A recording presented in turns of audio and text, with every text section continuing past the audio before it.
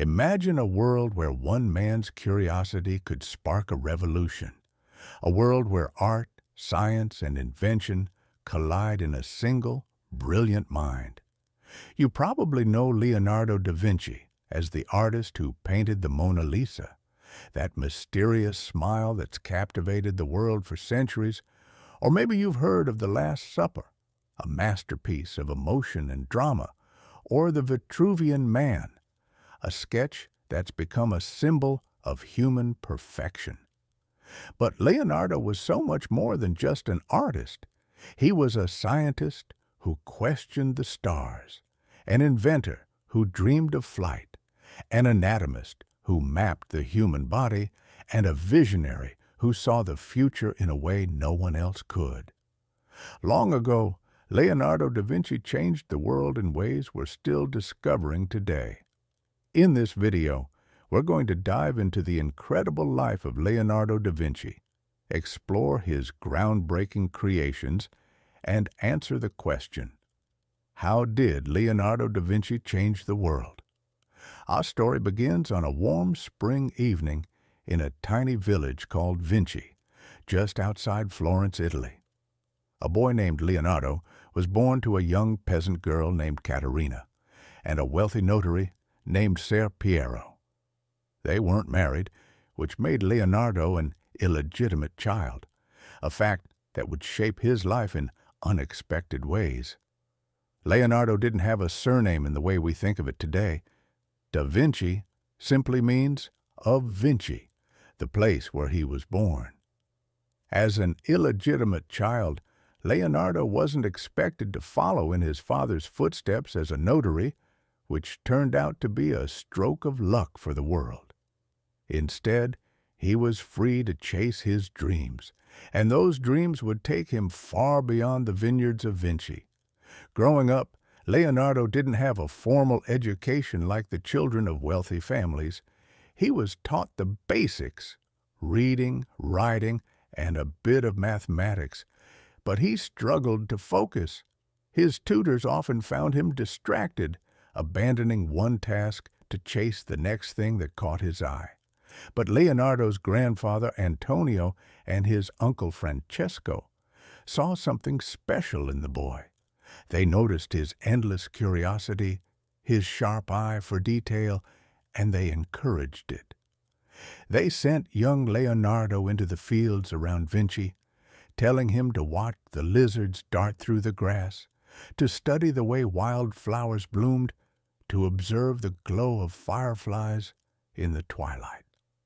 "Look closely, Leonardo," they'd say, "because the world is full of wonders waiting for you to discover them." And that's exactly what he did. That curiosity, that power of observation, became the driving force behind so many of Leonardo's greatest achievements. As a teenager, Leonardo moved to Florence with his father. Florence at this time was the beating heart of the Renaissance, a city buzzing with art, ideas, and innovation, largely thanks to the powerful Medici family. The Medicis were a banking dynasty who ruled Florence, and they poured their wealth into the arts, creating an environment where geniuses like Leonardo, Botticelli, and Michelangelo could thrive. Historians often say that without the Medicis, the Renaissance might never have happened, at least not in Florence. It was the perfect place for a young man like Leonardo to grow, and it was here that his talent for art began to shine. Leonardo's father, Ser Piero, was so impressed by his son's sketches that he showed them to a family friend, Andrea del Verrocchio, who ran one of the most famous art workshops in Florence. Verrocchio was a master artist, known for his sculptures and paintings, and when he saw Leonardo's drawings, he was stunned. The lines, the detail, the way Leonardo captured the world, it was unlike anything he'd seen from a boy so young.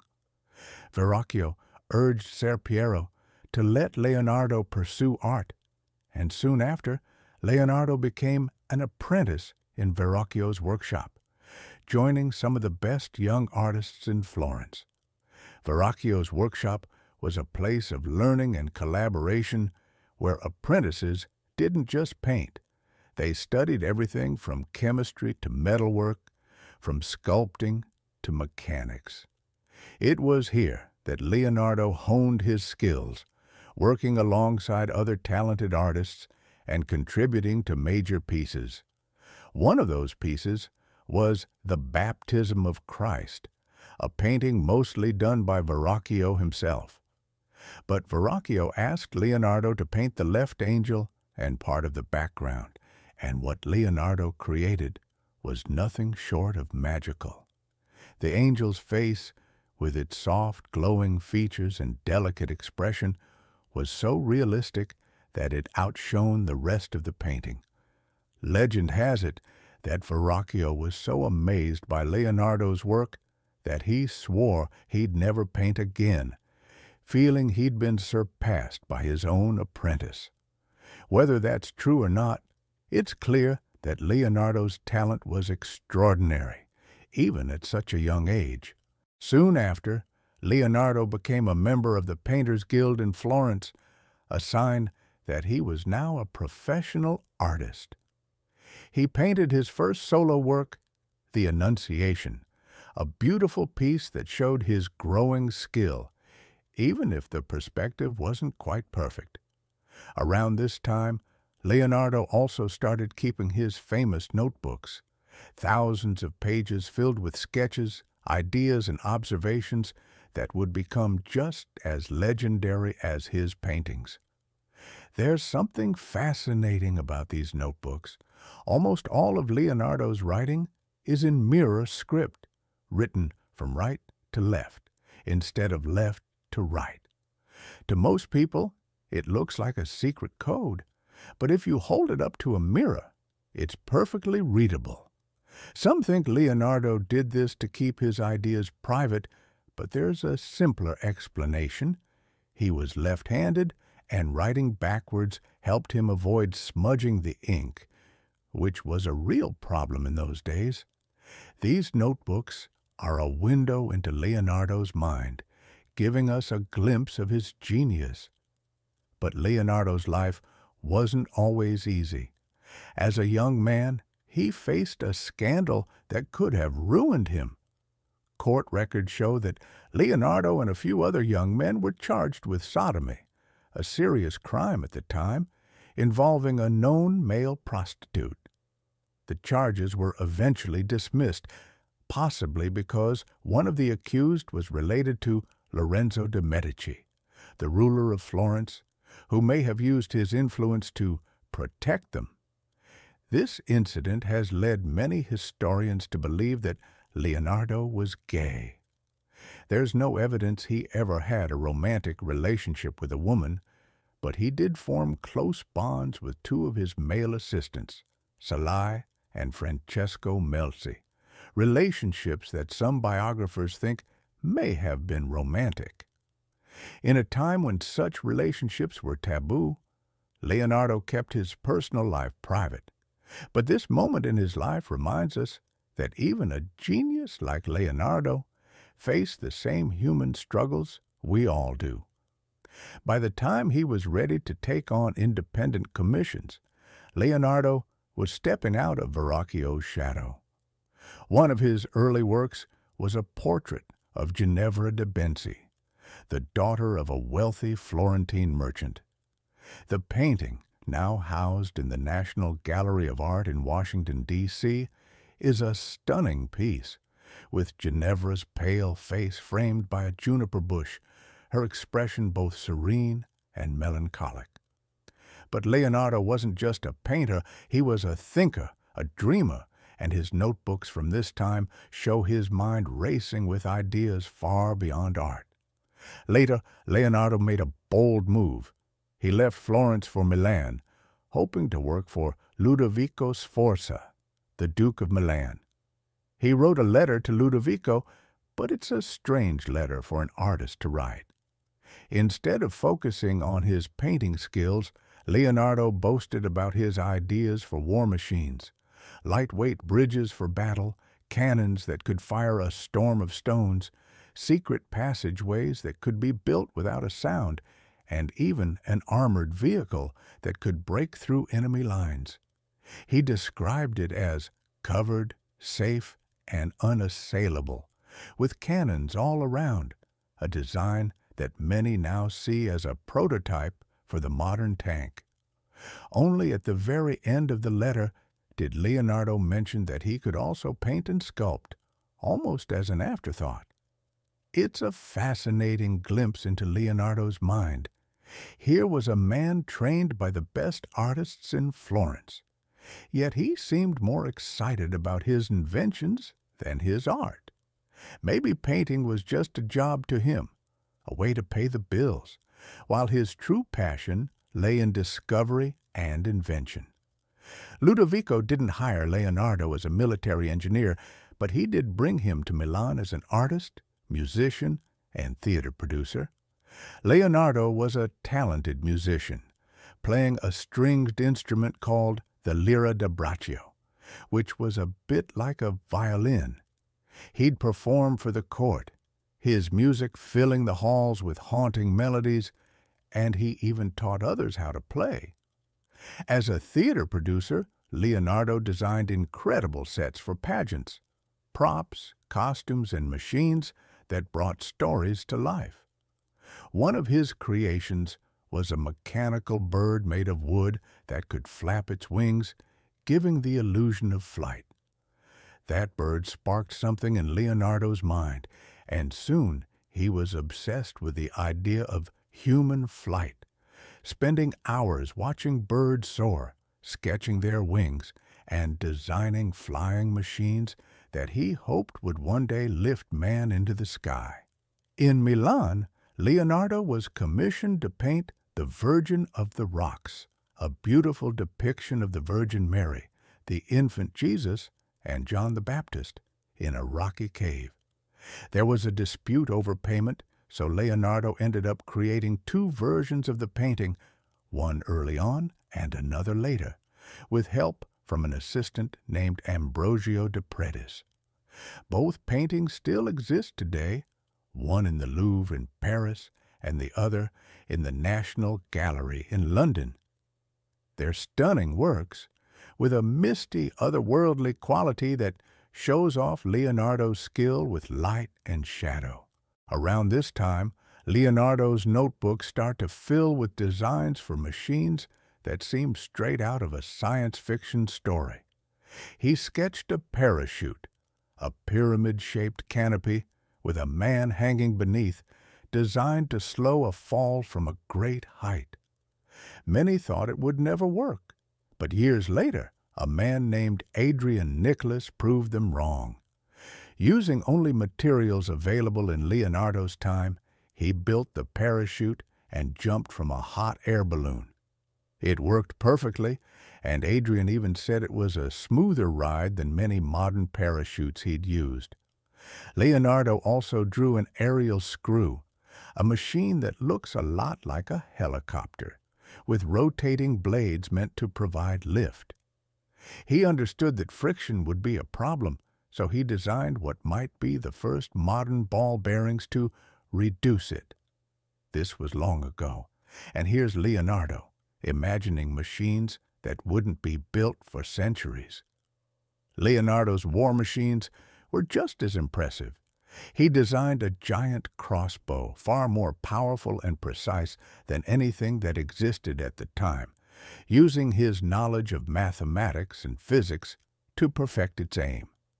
He also sketched a fighting vehicle, an armored contraption inspired by a turtle shell covered in slanted wooden plates reinforced with metal to deflect enemy fire. Inside, men would turn cranks to move it, and it was equipped with cannons all around. Many call this the first prototype for a tank, a revolutionary idea in its time.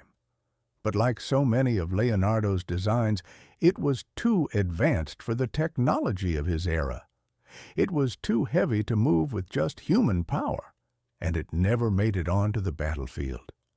Still, it's a perfect example of how Leonardo's imagination was always ahead of his time. Later, Leonardo began his lifelong study of human anatomy. He started dissecting bodies, often working late into the night in hospital basements, his hands stained with blood as he sketched every muscle, every bone, every organ. He drew detailed illustrations of the human body, capturing its inner workings with an accuracy that was unheard of at the time. He studied the heart, theorizing how blood flowed through it, even creating a glass model to show its movement, ideas that wouldn't be proven correct for a long time. He injected hot wax into the brain to map its structure, a technique that wouldn't be replicated for centuries. He dissected animals too, horses, cows, birds, frogs, comparing their anatomy to humans, trying to understand the connections between all living things. If Leonardo had published his anatomical studies during his lifetime, he might have changed the course of medical history, but he kept them private, locked away in his notebooks. Leonardo's compassion was just as remarkable as his intellect. He was a vegetarian, a rare choice in his time, because he believed animals felt pain just like humans. He refused to wear leather, choosing colorful linen instead, and there are records of him buying caged birds at the market just to set them free, watching them soar into the sky with a smile on his face. He wrote, "If man is the king of animals, why does he cause them suffering just to satisfy his appetite?" It's a powerful question, especially for a time when animal rights weren't even a concept. But this same man who loved animals also designed war machines, a contradiction that shows the complexity of Leonardo's mind. Part dreamer, part pragmatist, torn between his ideals and the demands of the world around him. At one point, Leonardo created one of his most iconic works, the Vitruvian Man. This sketch shows a man in two poses, perfectly proportioned inside a circle and a square, with his navel at the center of the circle and his genitals at the center of the square. It's based on the writings of the ancient Roman architect Vitruvius, who believed the human body was a reflection of the universe, a microcosm of divine proportions. Leonardo's drawing is a masterpiece of geometry and art, a symbol of the Renaissance idea that man is the measure of all things. Some think the figure might even be a self-portrait, with its curly hair and muscular build matching descriptions of Leonardo at the time. It's a rare glimpse of how he might have seen himself, a man striving for perfection, both in his body and his mind. Around this time, a young boy named Gian Giacomo, better known as Salai, came to live with Leonardo as his apprentice. Salai, whose nickname means Little Devil, was a handful. Leonardo called him a thief, a liar, and a glutton, noting that he stole money from him on several occasions. But Leonardo adored him, indulging his mischief and keeping him in his household for many years until his death. Some believe Salai was the model for paintings like St. John the Baptist and Bacchus, giving us a sense of what he might have looked like. Salai's presence in Leonardo's life shows us a softer side of the artist, a man who, despite his genius, craved companionship and connection. Later, Leonardo began painting The Last Supper on the wall of the Santa Maria delle Grazie convent in Milan. It's one of his most famous works, capturing the moment after Jesus announces that one of his apostles will betray him.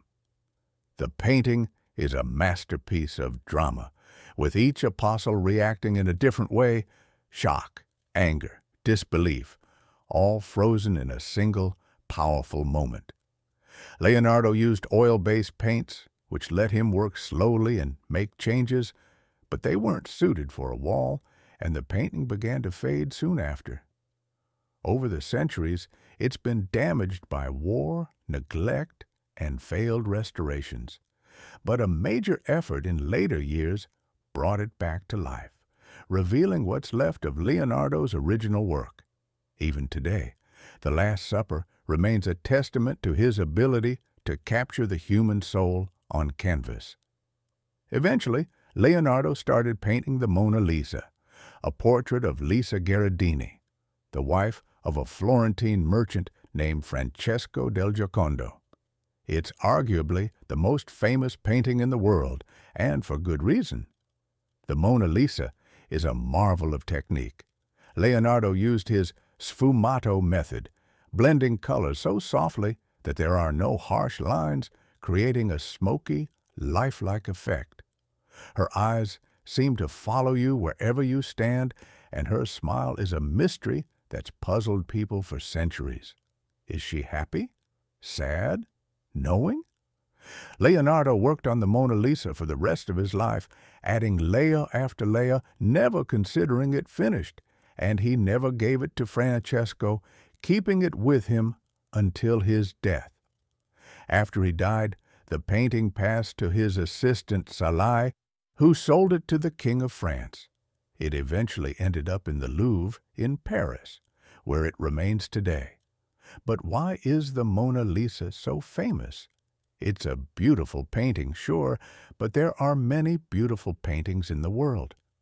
The answer lies in a dramatic twist that happened long after Leonardo's death. At one point, the Mona Lisa was stolen from the Louvre by an Italian man named Vincenzo Peruggia, a former museum employee who believed the painting belonged in Italy. He hid in a broom closet, took the painting off the wall, and walked out with it under his coat.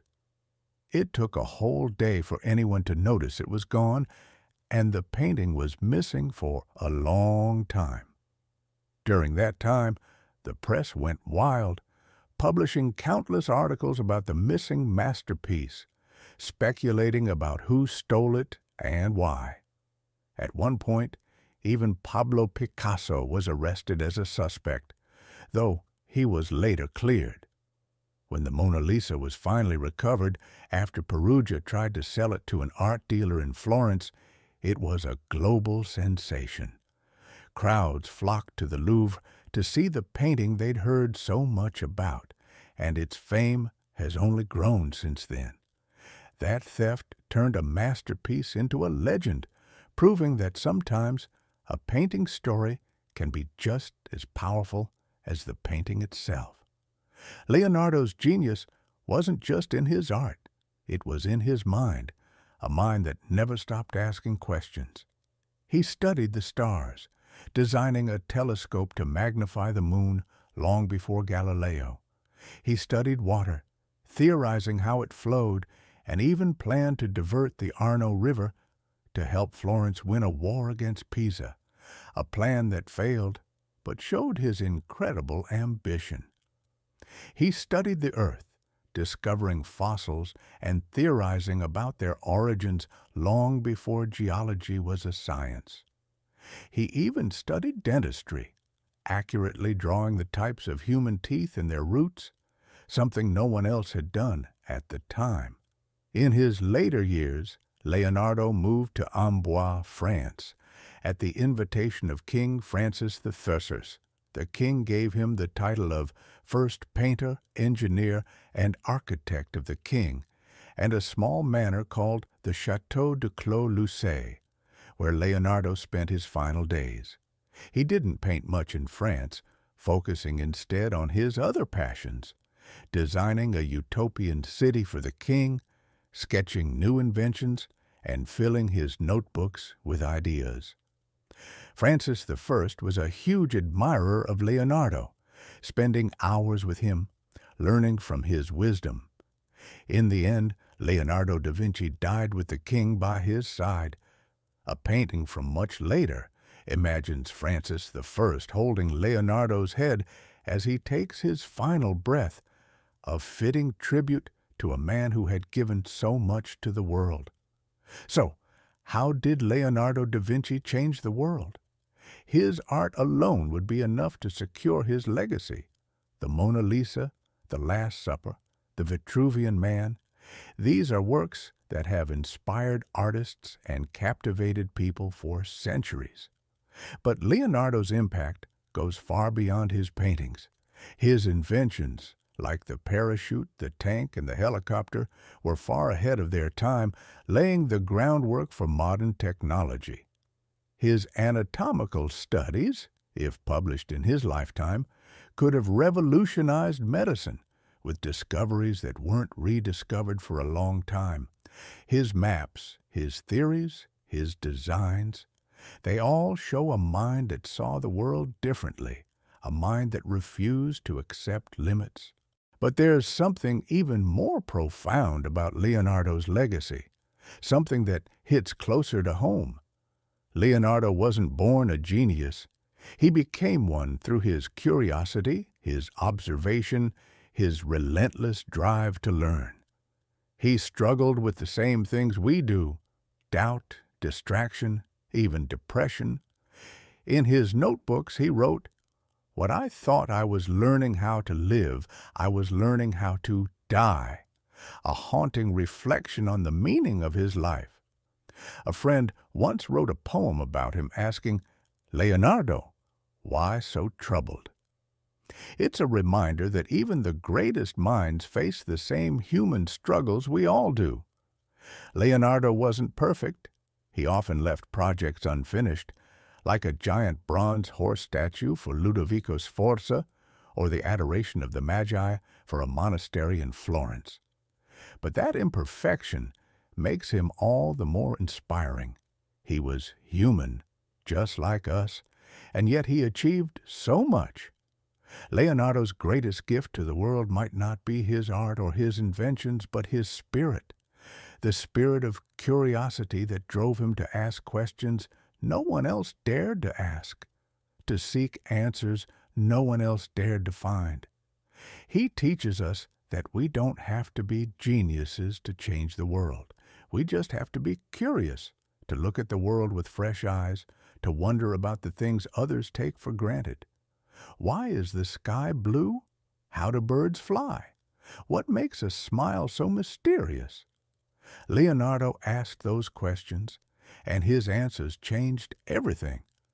Imagine a world where we all channeled that same curiosity, where we all asked more questions, sought more answers, dreamed bigger dreams. That's the world Leonardo da Vinci wanted to create, and in many ways, he did. His legacy lives on in every artist who picks up a brush, every scientist who asks a new question, every inventor who dares to dream the impossible. Leonardo da Vinci changed the world not just through what he created, but through the way he lived, a life of wonder, of discovery, of endless possibility. There's so much more to Leonardo's story than we could fit into one video. He was a man of contradictions, a vegetarian who designed war machines, a dreamer who struggled with doubt, a genius who left so many projects unfinished. But that's what makes him so fascinating, so human. If you want to learn more about Leonardo da Vinci, I highly recommend the book Leonardo da Vinci by Walter Isaacson. It's a deep dive into his life and work, and it's one of the best resources I've come across. I'll leave a link in the description if you're interested, and the audiobook is especially good for listening on the go. Thanks for joining me on this journey through the life of Leonardo da Vinci. If this story of a man who changed the world with his curiosity and creativity inspired you, be sure to like, subscribe, and click the bell so you don't miss our next video. We've got plenty more tales of history's greatest minds waiting for you, so stick around and let's keep exploring the wonders of the past together. Until next time, keep asking questions, keep seeking answers, and keep dreaming big, just like Leonardo did.